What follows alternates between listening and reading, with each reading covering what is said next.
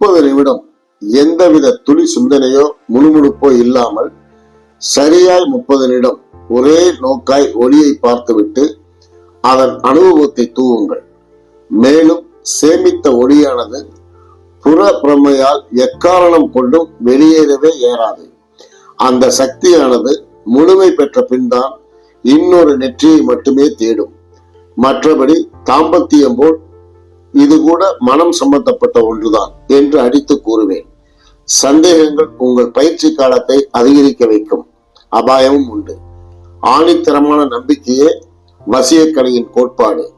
நம்பிக்கை உருக்கு போல் இருக்க வேண்டும். பொதுவாக நெற்றியின் நெருப்பு நெற்றி மீதே மோதும். காதலே வசியக்கலை. கண்ணோடு கண் மோதுவது ஏன்? இதழ் மட்டும் ஏன் இதழை தேடுகிறது? இருவர் சந்திக்கும் போது ஏன் கைகள் சந்திக்கின்றன? அதேபோல் வெளிநாடுகளில் ஒருவருக்கொருவர் குனிந்து தலைகளை சங்கமிக்கின்றனர். ஏன் இந்த தொடர்பு? சுருங்க சொன்னால், அதிலும் நான் சுருங்க சொன்னால் வசியம்தான். எல்லாமே வசியம்தான்.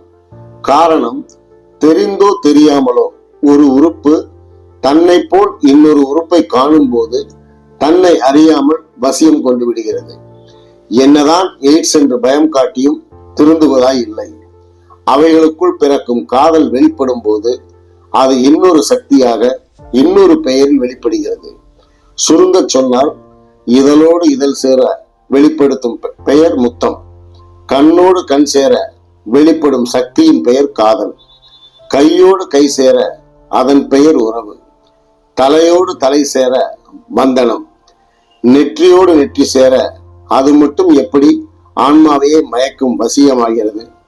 உள்ளே நெருப்பு எக்ஸெட்ரா எக்ஸெட்ரா போன்ற செய்திகள் வாங்கினாலும் சற்று விரிவாக விளக்குவதே நல்லது.